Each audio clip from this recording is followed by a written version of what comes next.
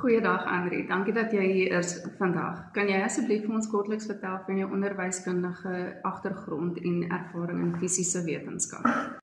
Goeiedag, dankie vir die geleentheid. Ek is Andri Kreer, 'n geregistreerde posvlak 1 onderwyser met 3 jaar ondervinding in fisiese wetenskap. Ek het ervaring in onderrig van fisika en chemie, laboratoriumpraktyke en projekgebaseerde leer.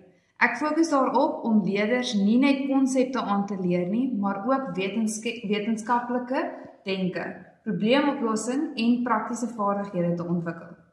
Hoe struktureer jy jou klas om leerders te help en konsepte in fisiese wetenskappe te verstaan en toe te pas? Ek kombineer teorie met praktiese eksperimente.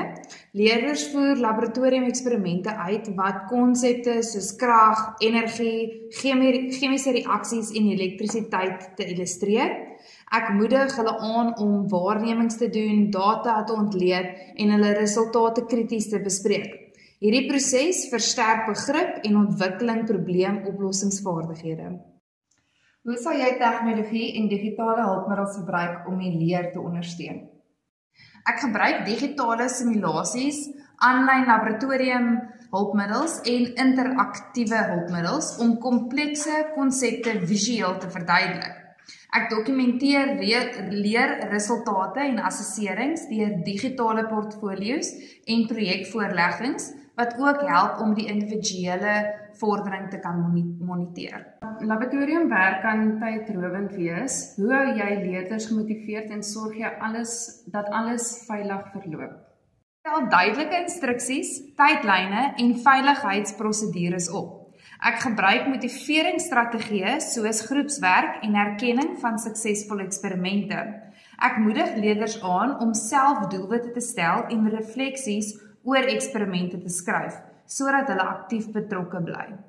Hoe hanteer jy leerders wat sukkel met teoretiese konsepte of laboratoriumsvaardighede? Ek pas diferensiasie toe deur ekstra oefeninge en bykomende ondersteuning aan te bied. Ek gebruik visuele hulpmiddels, stapsgewys instruksies en praktiese demonstrasies. Positiewe terugvoer help leerders selfvertroue te bou en hulle motivering te verhoog. Hierdie pos behels ook administrasie van projekte en samewerkings met kollegas. Hoe hanteer jy dit? Ek gebruik georganiseerde leerstelsels en digitale hulpmiddels om laboratoriumverslae en assesserings by te hou. Ek kommunikeer gereeld met kollegas, prioritiseer take volgens dringendheid en sorg dat projekte en eksperimente betyds afgerond word. Hoe integreer jy jou persoonlike